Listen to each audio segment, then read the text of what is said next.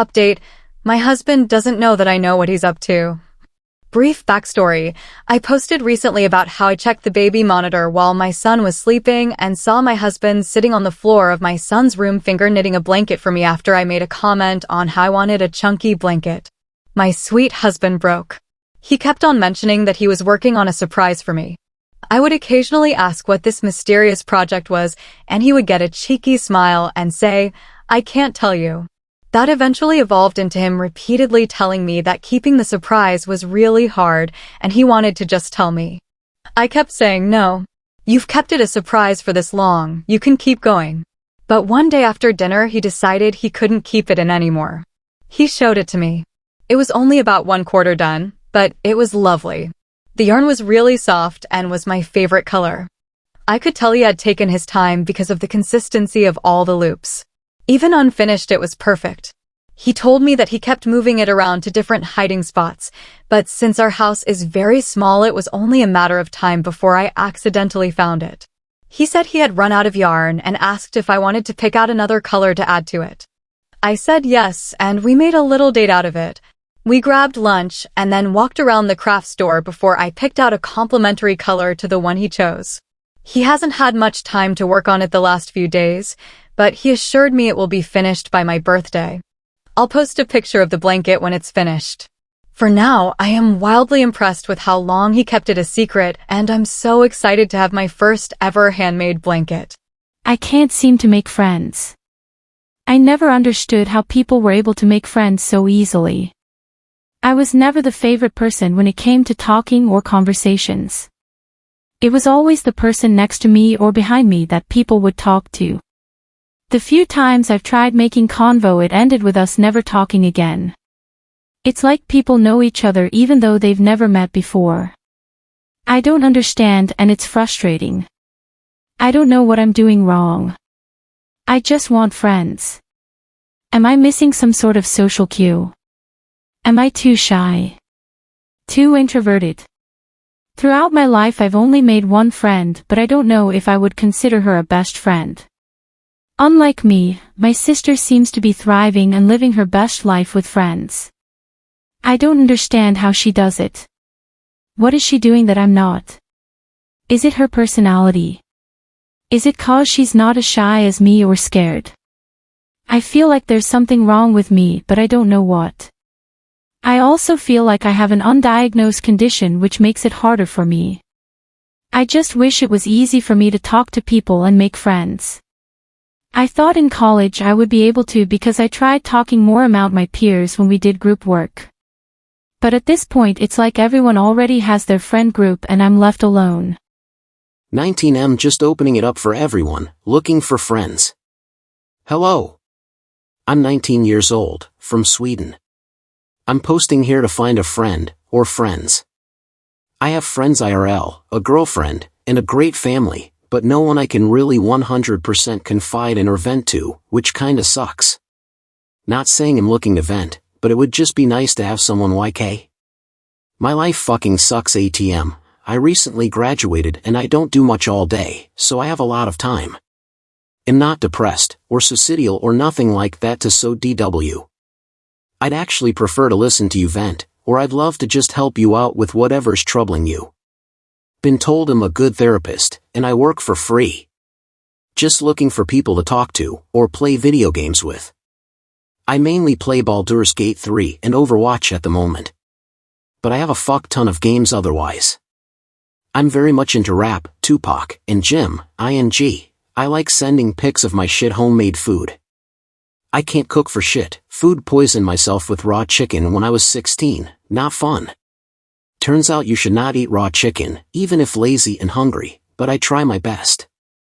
I really just want a friend/friends that I can really trust, and who can actually talk.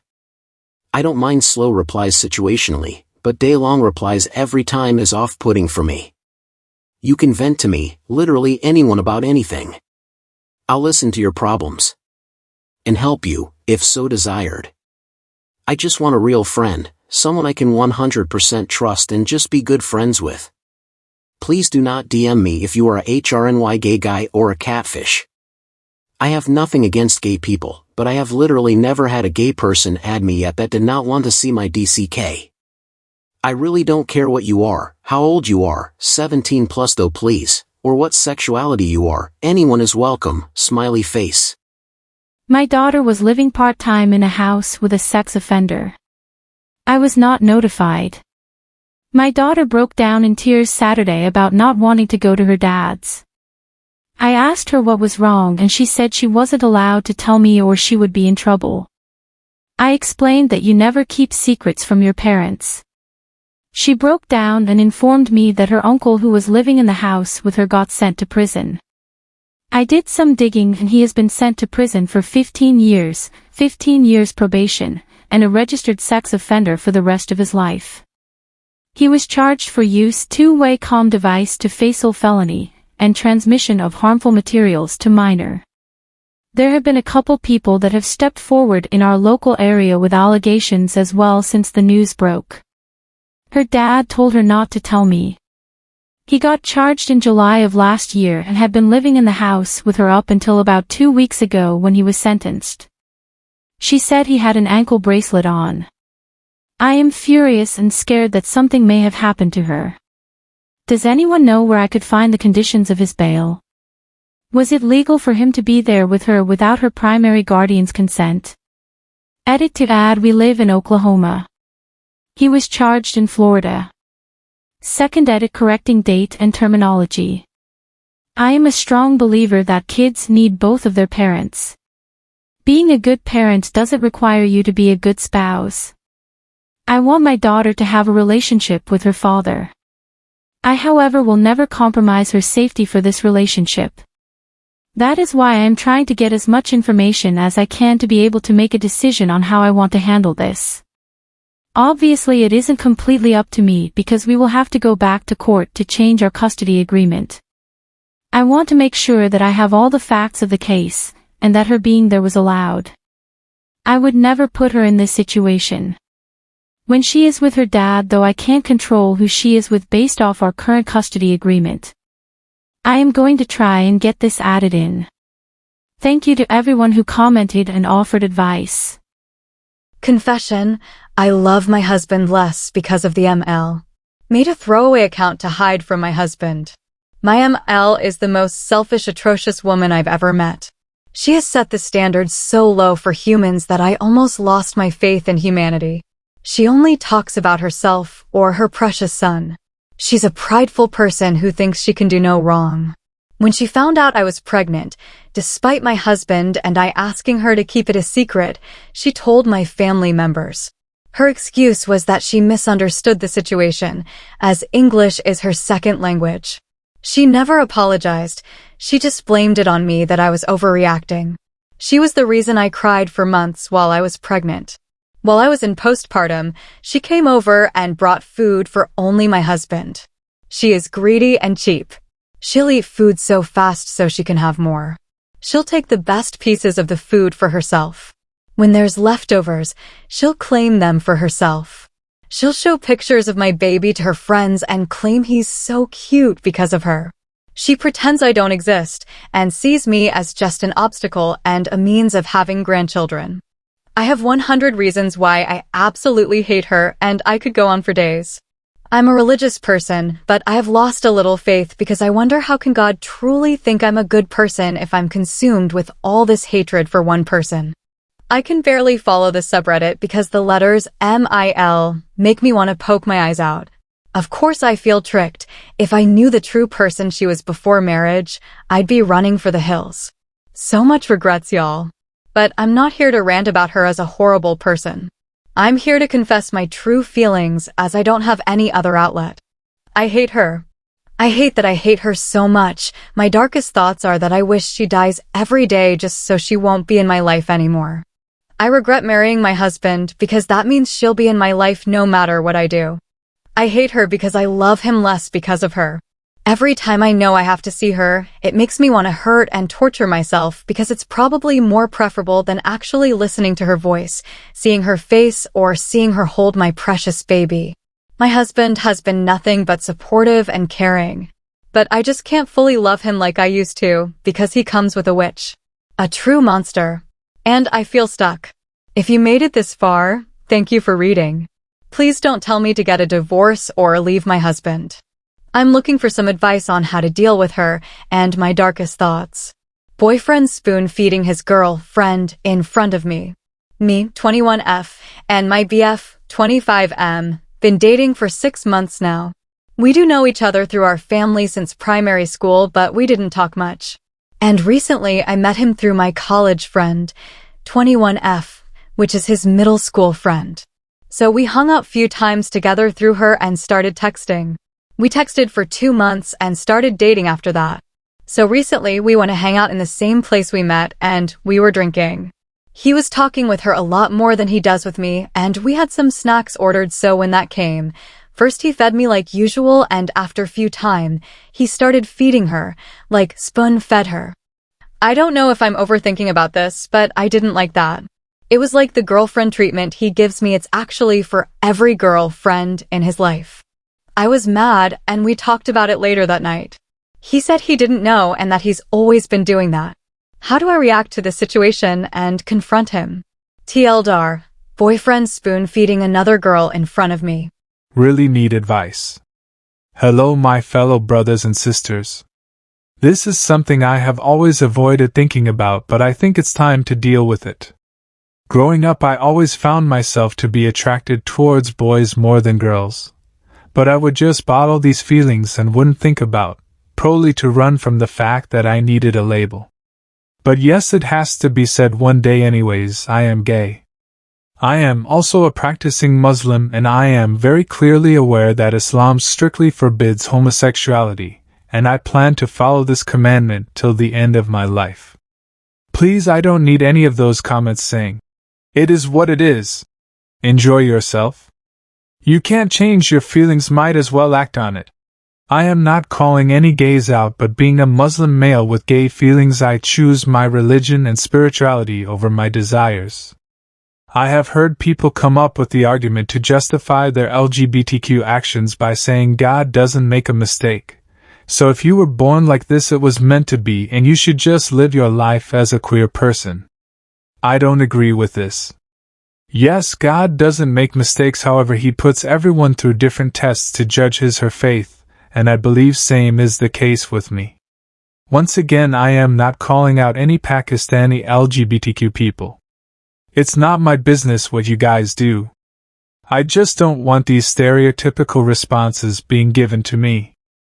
I care more about my afterlife than my temporary world life, hence to destroy my afterlife just for some sexual desires in this timed world is not something I would do. Now what I need advice on is how can I keep myself away from any temptations.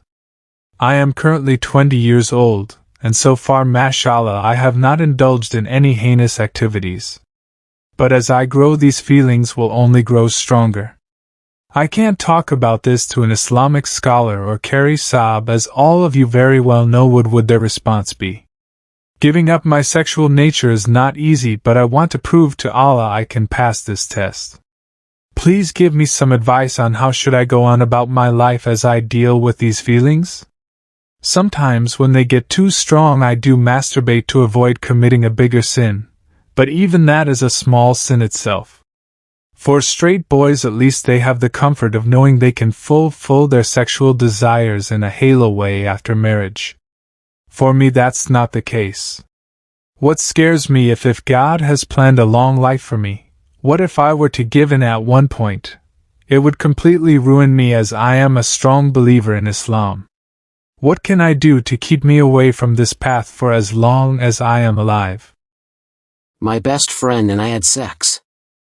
I, 19M, and my best friend, 19F, met when I was 16, and she was 17, and she just asked me to hang out one day. Ever since we have been amazing friends, hanging out constantly, sharing everything about ourselves, and being very open. I have been friends with her through one boyfriend, about a year long, maybe 5 months after we met. After that, she talked about him so much, and I tried my best to comfort her, not out of any weird ulterior motives, but I really do care deeply about her. She hooked up with one guy about 3 months ago and told me about it, and how much she regretted it. Again, I tried to talk her through that and not judge her at all. Though this did hurt me a bit, as for maybe the last 8 months I've developed a huge crush on her.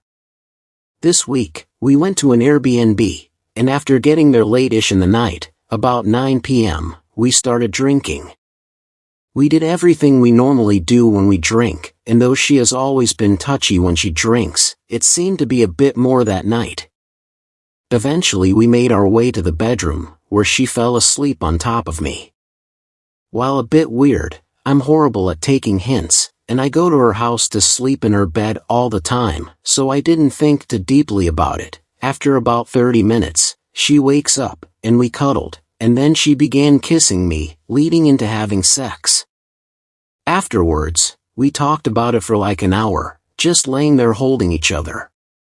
It wasn't awkward at all, and I was a virgin, so she was very communicative, and we talked through it. The next day waking up, we stayed in bed until about 4 p.m., crazy I know, and talked through it, saying we don't regret it and we love each other. After getting back to the Airbnb that night, I didn't think it would happen again, though we had drank again. I was close to falling asleep when we start talking. Then after maybe 2 minutes she says she wants me to kiss her. We have sex again, and talk afterwards too. The next day, we talked through everything, and it was not awkward at all. I couldn't believe how normal it felt to talk about it and go about our day as planned. We just got back home today, and haven't talked about it since this morning. Overall, I'm scared for the future. This girl knows everything about me, and we have been extremely close for years. We get along so well. I really do value our friendship more than she knows, and I am scared how this will change it. I'm definitely not opposed to seeing where it goes, but how do I approach this situation? I'm scared to ruin the friendship, but I'm also scared to not take an opportunity to have something great, I guess. Not sure how to word this, lol. Basically asking, what do I do now? TLDR, my best friend and I had sex twice. I love our friendship, and I'm worried this will ruin it, but hopeful it may go farther than friendship. What do I do? Me 18F and my best friend 18F have been best friends for like 4 years, but close friend for 6 years, but recently her childhood best friend joined our school. Please help! ! Me and my best friends are super close. We've been like sisters in the few years, but it always feels like I put in more efforts in our friendship, planning hangouts, texting first and all that. It's not like she doesn't do that, it's like she does text me on her own, but in comparison to mine it's less, but that's alright, I get that. But a few months ago her childhood best friend joined our school. My best friend moved schools in grade 4, so that friend is from her old school. She seemed nice and I'm also friends with her. My best friend and her were close friends before, not that close, but they texted and caught up in the recent years. We all hang out at school together sometimes, but my boyfriend 18M is also in school, so I hang out with him oftentimes too, or we just all hang out together, and recently I've been noticing that I'm the one that's putting in effort. Like I have plans to study abroad, and as me and my best friend are so close and our families trust each other and are close, so I told her let's go together, and she's like yay, that'll be so much fun, but then again it feels like again I'm pushing it, or I'm just way more interested than her. A few days ago my best friend and her significant other were hanging in her childhood best friend. I live like 2 roads away from her, man. It just feels so low. I always feel left out or the one trying to do things. Now it feels like she's best friends with her just and not me. I know she can have other friends and be cool, but like doesn't the best friend get some worth? 2 years ago I remember she was dating someone else that was really not good for her, and that person was making her not hang out with her friends, and she didn't say anything. She just got distant. Only BC her S/O of that time said so. I have a boyfriend now too, and I make sure to give them all time, like come on man. I am just tired of being the one who gives effort, and even if I tell her what's the point, similar things have happened before. It feels even embarrassing to say. Today we were walking together at school and it was 3 of us, me, my best friend, and her childhood friend.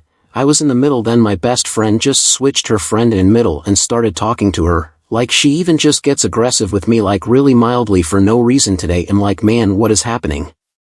I'm so sick of it. I don't want this. I want a true friend. Not that they can't have other friends, just not make me feel like I'm the only trying. What should I do? Please give me some advice. Boyfriend won't let me see his peen. I'm 26F and he's 27M. I've been dating him for 4 months and he never lets me actually look at his peen. He'll only let me give him a handy in the dark, and if I try to move to where I can see it, he pulls his pants up fast and says, "Babe, stop," and laughs. He also won't let me perform oral on him, and he's really strict about condoms. Rightfully so, I understand. But is this weird? He makes me kiss him while he puts the condom on also, so that I can't watch him roll it on. Maybe I'm overthinking it? Can someone help me understand what the issue could be, or if there even is one? I ask him why he won't let me, and he just laughs it off and says, "Babe, stop," and moves on. What do I do? Edit. Y'all gotta STFU about the trans stuff. He's 100% a man. I've seen his penis attached to his body in flashes. I'm saying I don't ever get to see it for longer than a second or two. A newly opened bar has a sign outside, beer for only $3. A man sees the sign, walks into the bar and orders a beer. After finishing the beer, the man takes out 3 $1 coins from his pocket and, feeling a bit mischievous, gets up from his seat, walks to one end of the counter and places a $1 coin there. He then walks over to the other end of the counter and places another $1 coin there. Finally, he walks back to his seat and places the third $1 coin right in the middle of the counter. The bartender gives him an odd look, but has no other option but to walk the entire length of the bar counter to pick up the coins. This went on repeatedly over the next few days, and each day the bartender felt more and more annoyed at the man's behavior. One day, the man returns again to order a beer, but realizes he doesn't have enough $1 coins to place them all over the counter. So, he hands the bartender a $5 note. At this point, the bartender gets all excited and thinks that it is finally his day to get his revenge on the man. The bartender quickly takes out 2 $1 coins and places them at opposite ends of the counter. With a grin on his face, the bartender goes back to the man and says, "Go on then, collect your change." The man then takes out a single $1 coin from his pocket, slides it over to the middle of the counter, and says, "One more beer, please." My boyfriend told me he has a body count of between 100 and 1,000. My boyfriend, 21M, and I, 18F, have only been dating for around 2 months now. He's pansexual and I'm bi. We were friends for a while before dating, and I had known he liked having sex. He's traveled to a lot of countries, and I know he was a Grindr user. I was always intimidated about the number, especially because I was a virgin when we started dating. One day I asked him how many it actually was, and that's exactly what he said. He said he stopped keeping track a long time ago, and that the number started getting too high to keep track of when he was only 15. When I asked him to ballpark it, that's what he told me. Between 100 and 1,000. I'm so inexperienced, and obviously that is intimidating to hear, that my boyfriend has potentially slept with hundreds of people. We go to university together, and when we walk the campus and I see a queer person, I can't help but wonder if he's had sex with them. My best friend doesn't believe him and think he's making it up to seem cool or something, but I really don't think he would just lie about it. I guess what I'm getting at here is that since I've had no experience besides him, I get so nervous to have sex with him. How can I possibly live up to hundreds of people when I have no idea what I'm doing? TLDR, my boyfriend of 2 months told me his body count is between 100 and 1,000. If I should believe him, and either way, the whole thing kinda irks me. Edit. He doesn't boast or brag about it at all, and we had already been having sex prior to me asking him. The high number doesn't bother me. I mean, frankly, I was expecting something in the 80s, which is obviously still very high. On Grindr, it is really easy to hook up with people. It's not that he's incapable of having emotional intimacy or anything like that, as he had gotten out of a 2.5-year-long relationship last year for reasons I won't explain. When I asked, he told me, "The number really doesn't matter to me, but I know it matters to you. Take with that what you will." Thank you to everyone who is being nice and worrying about me. It is still early in the relationship, but things have been going really good. And yes, protection and testing is so important. A female colleague made fun of me and I can't stop thinking about it. I, 24M, am a teacher at local school here.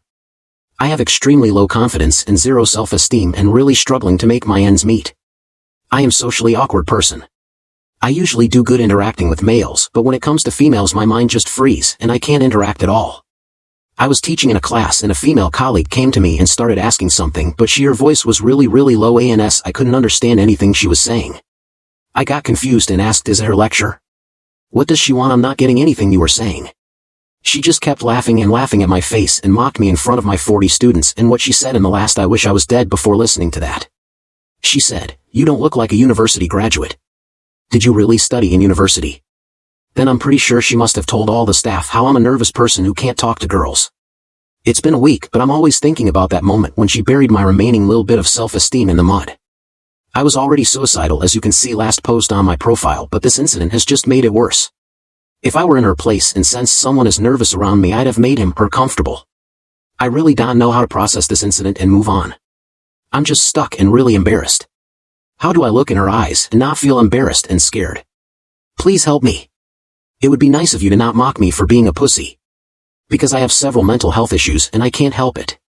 TLDR, a female colleague insulted me in front of my students for not being able to communicate and being nervous. I feel embarrassed when I see her. I just want one child. My husband and I wanted 2 kids always, but now that I'm experiencing this firsthand, I really don't want to go through it again. I am grateful for our baby and I'll go through it happily this time, but not trying to sound selfish. I think I want to be a one and done. My husband says no and that he wants 2, which I get it, I do as well to some extent. I don't want our kid being the only kid, but pregnancy is rough on me. I told him I have a niece and nephew that'll be around our kid age or we can adopt. He's not budging. I'm selfish for this. Maybe this feeling will go away once I hold my baby too. Anybody else thought like this? I don't mean to sound messed up because there are women that want kids and can't. Please don't be offended. Go with your gut. I'm 27 weeks today and I found out my baby is not alive. I had been feeling a lot less movement the last couple weeks, but I just thought it was due to the baby's position and whatever else. I went in for an OB appointment, and when I mentioned how I haven't been feeling the baby as much, the doctor seemed concerned. She couldn't find a heartbeat with the Doppler, so she sent me across the street to the hospital for an ultrasound. The ultrasound ended up showing that my baby was measuring small, just at 21 weeks, and there was no heartbeat. I knew something wasn't right once I felt less movement, but I didn't want to overreact. The doctor told me that even if I came in when I first felt less movement, that there wouldn't be anything they could do. But I still feel like I failed my baby. I have to go in the hospital tomorrow and deliver this baby, and since I'm over 20 weeks I have to bury my baby. I'm so sad and I don't even know how to process this. I've been calling my sister by her full given name when she dead names my niece. My brother's kid, 22F, came out as trans on her 21st birthday about a year ago and changed her name from Lance to Lacey, fake names. Most of our family accepted it, and the ones who didn't weren't close anyway, except our sister Eva, 45F. We are a Native American family with a lot of creative names, and my sister's birth name is something close to Evangeline, but she decided to go by Eva after a white kid said her name was rezzed out, low-class/stereotypical name from an Indian reservation. She's insisted on Eva for about 35 years, and we all obliged. Now, she's regularly been calling my trans niece by her dead name Lance since she came out as trans, so I started calling her Evangeline, which she hates. The whole family caught on and have only been referring to her as Evangeline for about a year now, and she is furious every time she comes to family events. Recently, she's been calling me by my full first name to bother me.